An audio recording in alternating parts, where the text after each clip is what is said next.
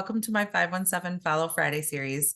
Today, I have the pleasure of chatting with Marcy Rzepka, the founder of the Mark Advocacy Group. The Mark Advocacy Group is a local area nonprofit that offers guidance and resources for those who just feel lost in the healthcare system. Marcy, thank you so much for chatting with me today. Hey, Katrina, thank you for having me.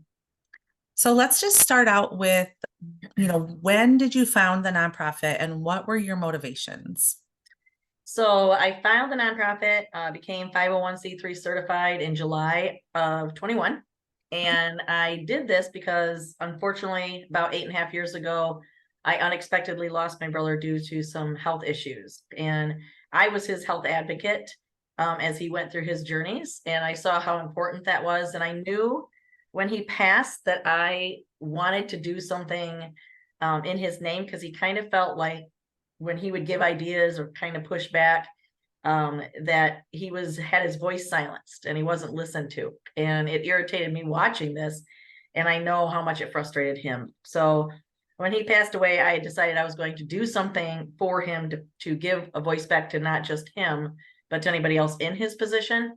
So I decided to kind of noodle it for a little bit, because then shortly after he passed away, 6 weeks after, I got diagnosed with stage 3 kidney disease at that time. So I had to kind of wrap my head around the loss of him and that disease.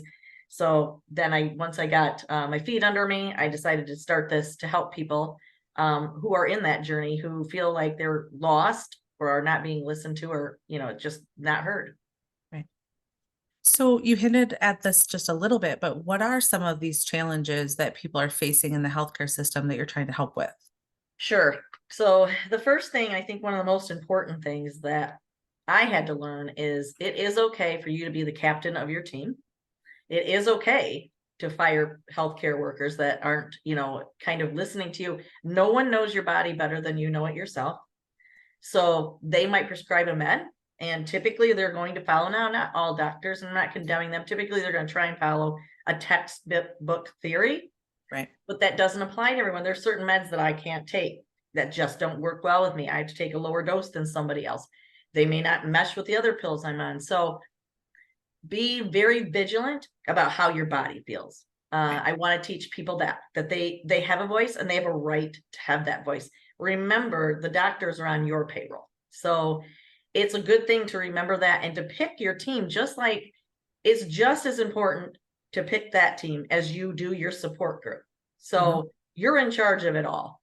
So you should be you should be the captain, and then let everybody know that get knowledge, show them, don't correct them, but show them that you're following up on this and that you're a serious part of your journey all by yourself. Okay. So it sounds like a big part of it is helping people not only learn how to be their own captain, but provide some of those the guidance and the resources and stuff as an advocate for them if they're not in that position. I mean, like there's some of the things, for example, as I'm going through my journey, I've known a couple of people who have gotten a kidney donation. So I'll ask them, what did you go through after you got a kidney? What were some of the things you didn't expect to happen? Or what are some of the things that you experienced while you were waiting and in the same position as me that maybe I haven't, that I can teach other people? So I think it's important for people to understand that ask as many questions as you can. And what I want to do with our group is to provide as much so they're not blindsided, because I'm a pretty strong personality. So I'll go through these things and kind of take the hits for them, because I don't want people to have to, because not everybody wants to challenge people. They think they're the doctors, they know. And that is true. They do have the knowledge, but nobody knows your body better. So teaching them to navigate in this system and the right questions to ask. And it's such an important part. And I know it's difficult, but that's why we want to provide the support so they don't feel so afraid to do that. Right. So can you specifically highlight, if somebody comes to you, what are those specific services that you can offer to them, and how would they get connected to those services? Sure. So we're going to provide where, like I just said, I can speak to someone who has gone through and been a recipient as I'm waiting, and say, how did you deal with getting on your immunosuppressant pills? Did you have to pay for it? Did you go on Medicare? all these things I didn't know, ask them how they felt, after the surgery. Did they get less tired? We'll provide caregiver to caregiver support, because that's so important. I'm my own caregiver, and there's times I want to fire myself, but it's okay. Right. But, and then we'll provide, like, I have a living donor.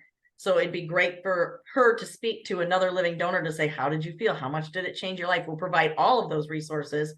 We'll also provide, like I mentioned, Medicare. Once you have a kidney, or you're going to get a kidney and you're going through that transplant, you have to go on Medicare, whether you're of age or not. So we'll have a Medicare, Medicaid specialist ask and answer any questions people have with that.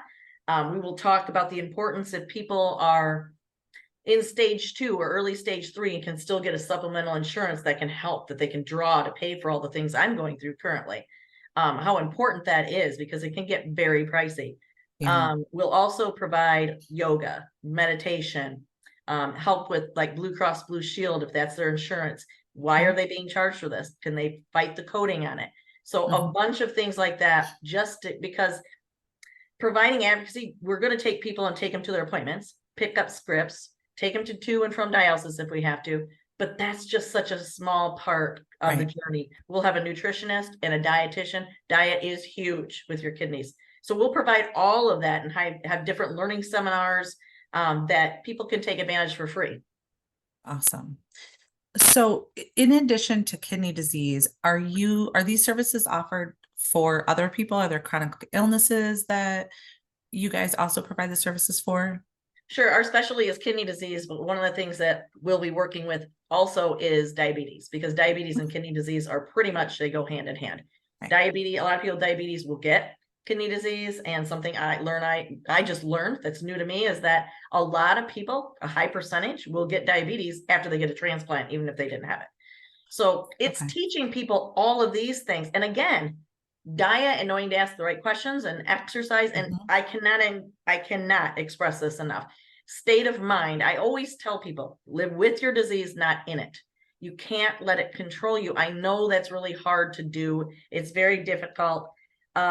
But you gotta take control, and again, be your own captain in your own journey. So, I think that, with the diabetes and heart disease as well, we aren't heart specialists, so we don't really specialize in that. But the common denominator between diabetes and kidney disease, the thing that usually will kill people or they'll die from fast is something with their heart, because it affects. They typically don't die from their kidneys failing. They die from the wear and tear it did to their heart. Right.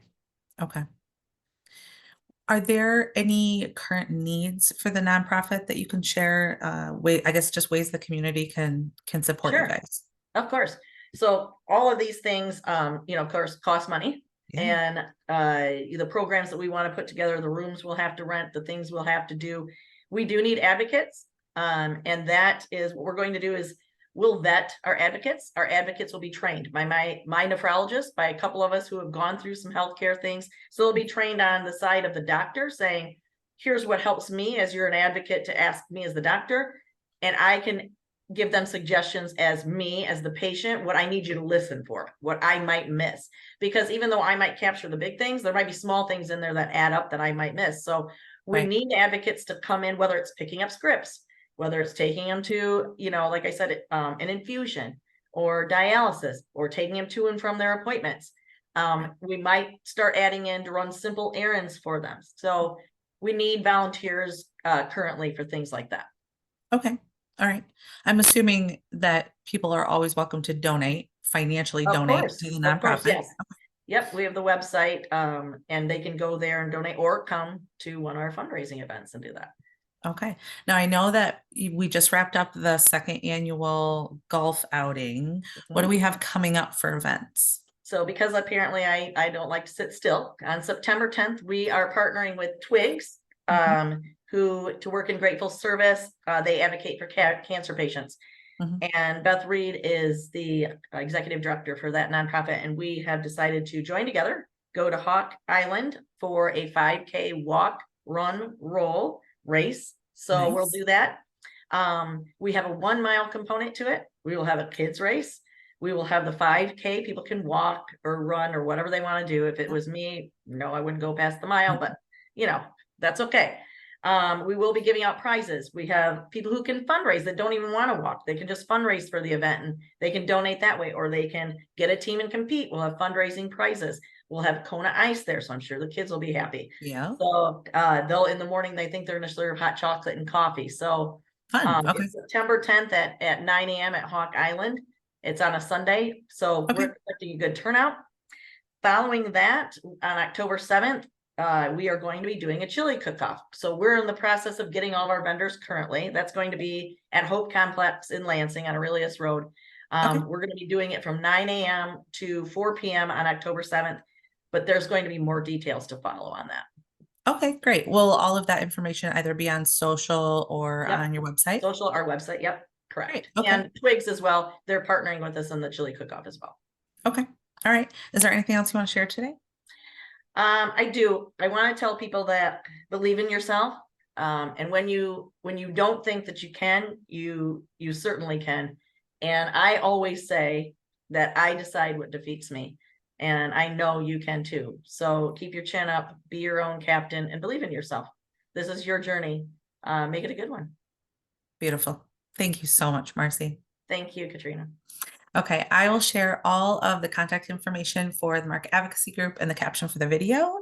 And if you or a family member is struggling with kidney disease or chronic illness and you're looking for resources, you're looking for support or an advocate, please reach out today.